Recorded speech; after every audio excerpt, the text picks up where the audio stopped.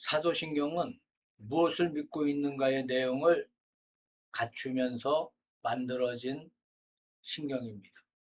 이것은 이름 그대로 사도들, 곧 예수님의 12사도 때부터 전해오던 신경인데 주 200년경에 로마에서 정리한 것으로 전해지고 있습니다. 사도신경에는 맨 처음 성부, 성자, 성령, 삼위일체의 하나님께 대한 고백이 있습니다. 성부에 대하여 전능하신 것과 천지의 창조자 되시는 것을 고백하고, 성자 예수 그리스도에 대하여 예수님의 동정녀 탄생과 십자가 죽으심을, 그리고 3일 만에 부활하시고 승천하시고 하나님의 우편에 앉아 계시고 장차 재림하신다는 6가지가 제시되고 있습니다. 성령에 대한 고백은 한마디밖에 없습니다. 성령을 믿사오며 라는 말씀은 성령의 인격성을 믿는다는 것입니다. 성령도 성부, 성자와 같이 인격을 지니신 것을 믿는다는 것입니다. 어떤 기운이나 어떤 정신으로 끝나는 것이 아니고 구약과 신약을 통해서 성령께서 예수님과 함께 역사하신 모든 역사를 우리가 믿는다는 것입니다. 이렇게 성부, 성자, 성령 삼위일체 신앙 고백이 있습니다. 사도신경 2부에서는 교회와 교회에 주신 은사라는 제목으로 묶을 수가 있는데, 교회가 무엇인가? 거룩한 공회. 교회에 대하여 말하자면 보이지 않는 교회는 하나뿐이고 보이는 교회는 모든 시대를 통하여 모든 지역을 통해서 많이 있습니다. 보이지 않는 교회는 하나밖에 없는 동시에 완전한 교회이고 거듭난 하나님의 자녀들이 모여있는 완전한 교회입니다. 보이는 교회는 사람들이 신앙 고백을 통해서 보이는 교회입니다. 완전한 것도 있고 완전하지 못한 것들도 있고 참된 것도 있고 거짓도 있습니다. 이것이 거룩한 공회란 말의 내용입니다. 다음에 성도가 서로 교통하는 것, 즉 성령의 은사를 통해서 위로 하나님과 교제하고 아래로 사람끼리 교제하는 성령의 교통하심이 있는 것이 바로 교회입니다. 그 다음에 교회에 주신 하나님의 은사를 말하고 있는데, 하나님께서 우리의 죄를 사하여 주시는 사죄의 은사를 지난주에 말씀드렸습니다. 이것은 우리 믿는 자들에게는 가장 큰 은혜입니다. 병든 자에게 가장 큰 은혜가 무엇일까요? 돈을 주거나 직장을 주거나 무엇을 주거나 하는 것보다 병든 자에게는 근본적인 것이 병 고치는 것이 가장 큰 은사입니다. 이처럼 사람은 전부가 영적으로 병든 자들입니다. 즉 죄인이라는 말입니다. 죄 용서받는 것이 가장 큰 은사라는 말씀을 드렸습니다. 오늘은 몸이 다시 사는 것과 영원히 사는 것을 믿사옵나이다 라는 말씀을 묵상해 보려고 합니다. 몸이 다시 산다는 것은 부활을 말합니다. 우리 몸이 다 죽지만 다시 부활한다는 말씀입니다. 영원히 사는 것을 믿사옵나이다 라는 이 말은 영생을 말합니다. 그러니 오늘 말씀드리려는 것은 부활과 영생입니다. 교회에 주신 은사가 사죄의 은사라고 먼저 말씀을 드렸는데, 사죄의 은사는 현재 받은 은혜입니다. 예수님을 믿고 주님 앞에 죄를 고백함으로 말미암아 주님으로부터 용서함을 받았습니다. 현재 받고 있는 것은 사죄의 은혜이고, 부활과 영생이라는 것은 미래에 받을 은혜입니다. 죽은 후에 혹은 예수 그리스도께서 재림하실 때 다 우리가 부활하거나 그렇지 않으면 변화받거나 해서 변화된 몸으로 영원히 살 것입니다. 영생하는 것은 영원히 사는 것. 이것은 미래사입니다. 교회는 믿는 모든 성도를 가리켜 말하고 있습니다. 성도가 받을 은혜가 2가지인데, 현재 받는 은혜가 있고 미래에 받을 은혜가 있습니다. 현재 받는 은혜는 사죄, 죄사함을 받는 것입니다. 미래에 받을 은혜는 부활과 영생입니다. 이 2가지가 밀접하게 관계되고 있습니다. 현재 은혜 없이 결코 미래의 은혜가 없습니다. 현재 하나님 앞에 죄사함을 받지 아니하고 믿음으로 하나님께 구원받지 아니하면 미래의 구원은 없습니다. 현재의 구원이 무엇입니까? 미래의 구원이 무엇입니까? 예수 믿고 죄사함 받으며 마음속에 주님을 모시고 마음의 평안과 안정으로 찬양 부르며 사는 것이 현재의 우리가 받는 구원입니다.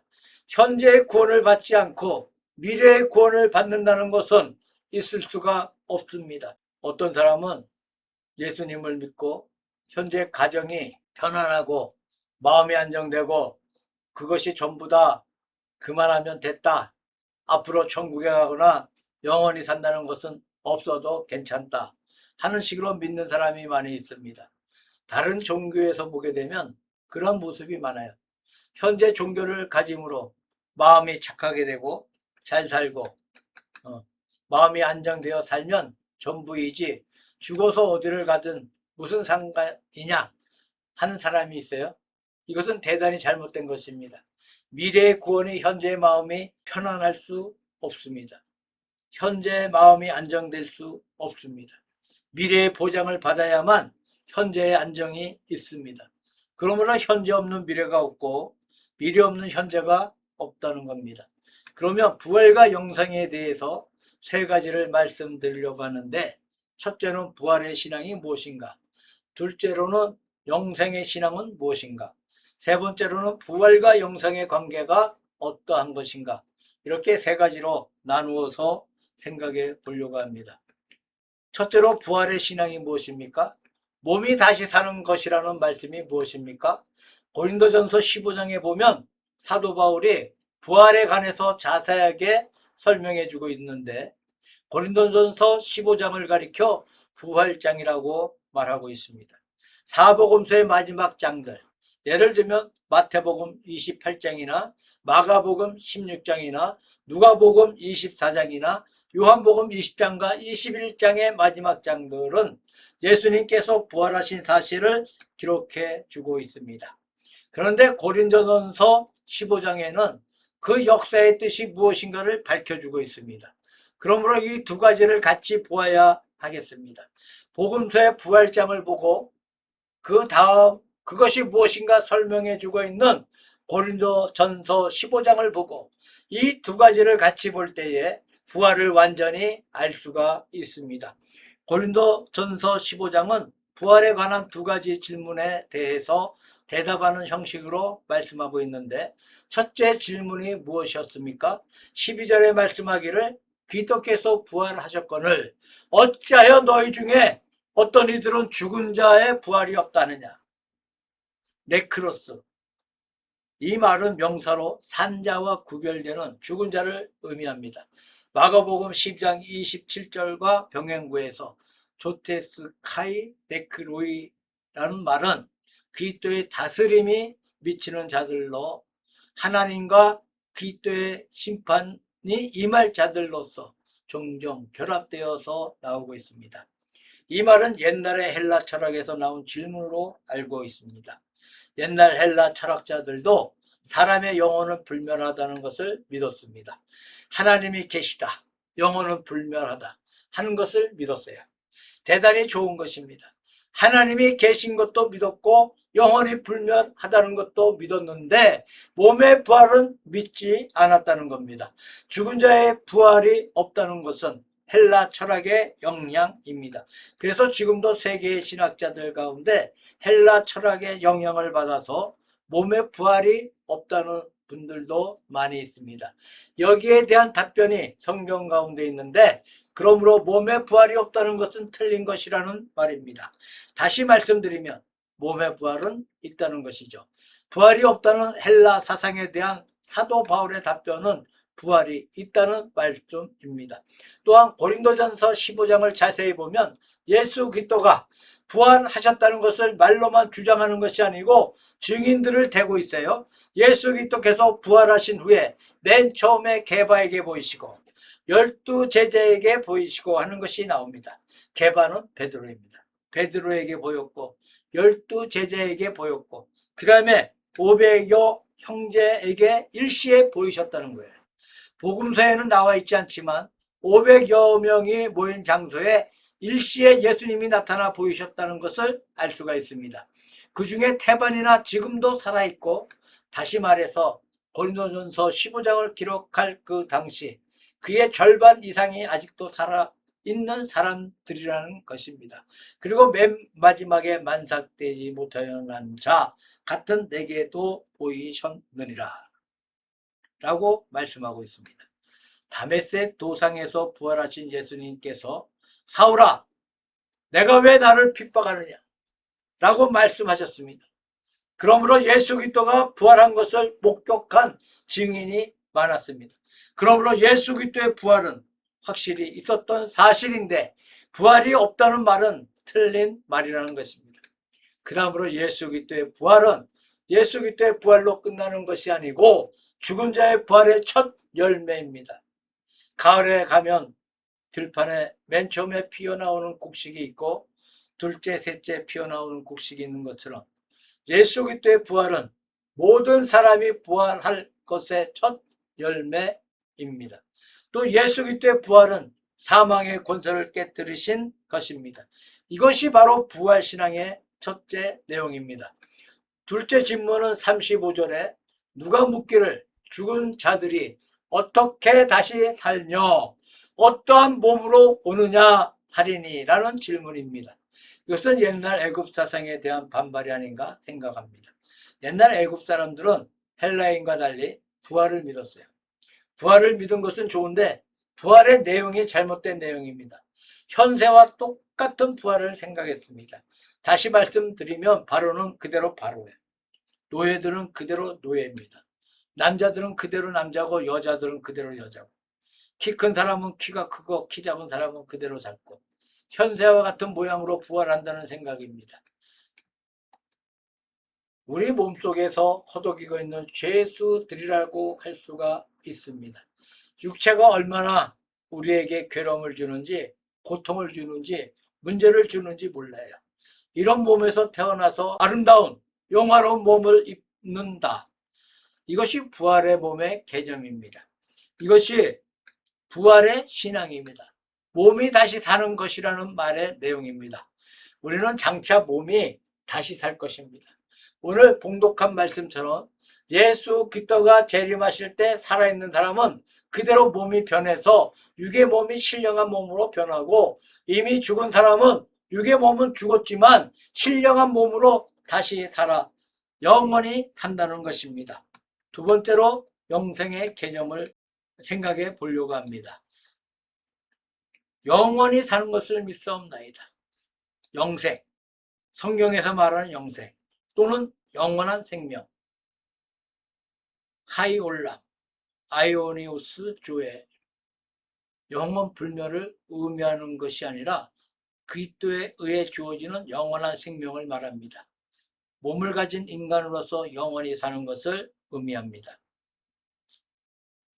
먼저 설명이 필요한 것이 영원이 무엇인가 하는 문제입니다. 우리가 영원을 아무리 설명한다 해도 설명할 수 없다고 생각해 봅니다. 왜냐하면 우리는 시간이라는 제한 속에 살고 있는 사람들입니다.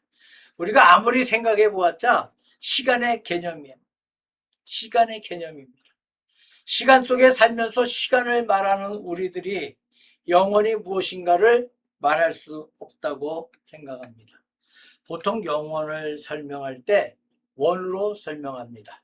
자동차 바퀴를 보면 동그란데 바퀴를 길게 펴면 길이가 한 1m 조금 될지 1m 반 정도 될지 모르겠지만, 이것이 굴러가면 1000km도 가고 10,000km도 갑니다. 현재의 시간은 직선으로 표시하면 시작이 있고 반대편에 끝이 있습니다. 그러나 동그라미는 시작도 없고 끝도 없어요. 그래서 동그라미가 영혼을 상징하고 있습니다. 그것도 억지의 상징입니다. 우리가 엄격히 말하면 영혼을 도저히 알 수 없다고 보고 있습니다. 영혼이 무엇입니까? 하나님의 세계입니다. 태초에 하나님께서 천지 만물을 창조하셨는데 그때 시간과 공간이 창조되었어요. 처음에 빛이 있으라 하실 때가 태초입니다. 그 다음에 요한계시록 끝에 가면 세상의 마지막 종말이 옵니다. 세상 끝날입니다. 그러면 천지 창조 이전의 세계는 무엇인가? 그것이 영혼의 세계입니다. 현재가 없어진 후의 세계는 무엇인가? 역시 영혼의 세계입니다. 영혼의 세계는 하나님의 세계입니다. 우리가 죽은 후에 가는 세계는 영원한 세계입니다. 거기에는 시간이나 어떤 공간이 없습니다. 두 번째로 몸이 다시 사는 것과 영원히 사는 것을 믿습나이다. 이 말씀에서 산다라고 하는 생명의 개념이 어떤 개념입니까? 엄격히 따져보면 지옥도 영생입니다. 마가복음 9장 48절에 보면 지옥에는 구더기도 죽지 않는다고 말씀하고 있습니다. 지옥에는 죽는 것이 없습니다. 영원히 사는 겁니다. 그렇지만 지옥에는 영원히 사는 것은 영생이라 말 안 합니다. 천국에서 사는 것만 영생이라고 합니다. 무엇 때문입니까? 고생하며 벌받고 어려운 가운데 사는 것은 생명이 아닙니다. 생명은 즐겁고 만족하고 기쁘고 찬양 부르고 행복하고 안정된 것을 의미하지 괴롭게 사는 것은 생명이 아닙니다. 하나님 나라에는 욕된 일이 없어요. 만약에 하나님의 나라에 욕된 일이 있으면 그것은 영생이 아닙니다. 지옥에 가면 다 욕된 일의 연속입니다. 생명이 무엇인가? 단순히 오래 사는 것이 아니고 즐겁게 편안하게 안정되게 오래 사는 것, 이것이 바로 생명입니다. 그러면 그 세계가 어디에 있는 것입니까? 생명의 근본은 하나님입니다. 하나님과 함께하는 가운데 생명이 가능합니다. 반대로 하나님과 분리해버리면 생명이 없어지고 맙니다. 그러니 천국이 무엇인가? 하나님과 합하는 세계입니다. 지옥이 무엇인가? 하나님을 떠나 있는 세계입니다. 마태복음 25장에 보게 되면 오른편과 왼편 심판의 모습이 나오는데, 오른편에 있는 자들에게 아버지께 복을 받을 너희여 오라, 창조 이전에 작정한 기쁨을 누리리라 라고 말씀하고 있어요. 영어로 말하면 come, 오라는 말씀입니다. 오라는 것이 바로 구원이야. 하나님께 나아가 주와 더불어 같이 있는 것이 구원입니다. 그 다음에 왼편에 있는 자에게 나를 떠나 가라 라고 말씀합니다. 하나님을 떠나 분리해가는 것이 바로 지옥이에요. 그러므로 천국의 근본적인 요소는 하나님과 하나 되는 세계입니다. 하나님과 하나 되는 세계입니다. 지옥의 근본적인 요소는 하나님이 없는 세계입니다. 이와 같이 근본적으로 하나님과 더불어 합하는 것이 바로 영생입니다. 하나님과 분리되어 있는 것이 영원한 멸망이라고 했습니다. 그래서 성도의 부활을 가리켜 첫째 부활이라고 했습니다. 불신자의 부활을 가리켜 둘째 부활이라고 했습니다. 신자의 부활은 주와 더불어 합하는 것이기 때문에 영원한 부활이라고 했습니다. 불신자의 부활은 주를 떠나 있기 때문에 영원한 사망이라고 했습니다. 세 번째로, 그러면 부활하는 것과 영생하는 것이 어떤 관계가 있습니까? 부활 없는 영생은 참된 영생이 아닙니다. 부활 없는 영생이 어떠한 영생인가? 현세와 같은 이대로 영원히 사는 것입니다. 그렇다면 그것이 어떤 것입니까? 육체는 그냥 늙어요. 병이 그냥 있습니다. 고통은 그냥 있습니다. 인간 사회의 전쟁도 그냥 있을 겁니다. 이런 상태에서 영원히 산다 하면 그것은 참된 영생이 아닙니다. 그러니 부활이 없는 영생은 참된 영생일 수가 없는 것입니다. 사람은 누구나 다 영생하기를 원하고 있습니다. 그런데 세상의 모순이 무엇입니까? 자살하는 사람이 얼마나 많은지 모릅니다. 잘 몰라도 하룻밤 사이에 상당한 숫자가 죽었습니다. 요즘은 여러 가지 형태의 자살이 많이 있습니다. 또한 여러 가지 형태의 살인사건도 많이 있습니다. 그러므로 여러 가지의 비극이 많이 있습니다. 짧은 생명, 아무리 살아보아도 80년, 90년밖에 못 사는데 이것도 감당하지 못해서 미리 죽어버립니다. 그러니 부활이 없는 이 현세의 상태로 영생이 있을 수 없고 그러한 영생이 영생일 수 없다는 겁니다. 두 번째로, 그와 반대로 영생이 없는 부활은 참된 부활이 아닙니다.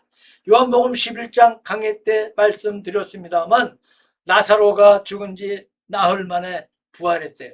제롬이라 불리는 가톨릭의 유명한 학자가 전한 말에 의하면 나사로가 부활해서 예수님께 맨 처음에 질문한 말이 있습니다. 주님, 제가 또다시 죽습니까? 그렇게 물었답니다. 예수님께서 그렇다, 또 죽는다.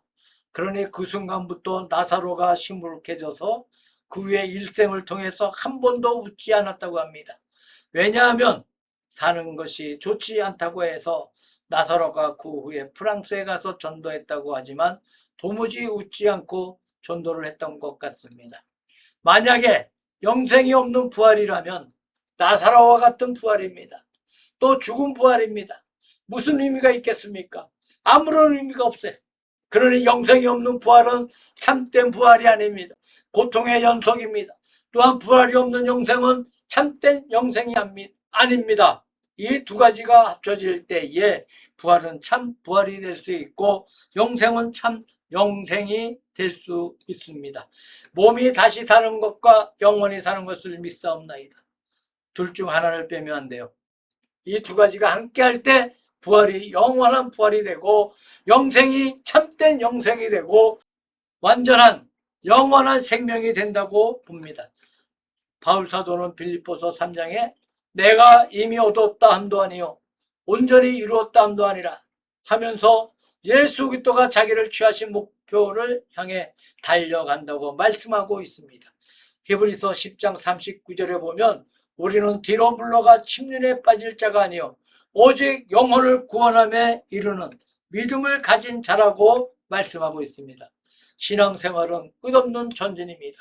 전진의 궁극적인 목표가 무엇입니까? 부활입니다.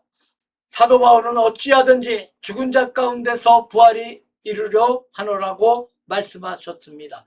이것이 없으면 소용이 없어요. 믿는 사람이 달려가는 마지막 목표가 무엇입니까? 부활입니다. 내가 어찌하든 죽은 자 가운데 부활에 이르러야겠다고 말씀하고 있습니다. 몸이 다시 사는 것과 영원히 사는 것을 믿사옵나이다.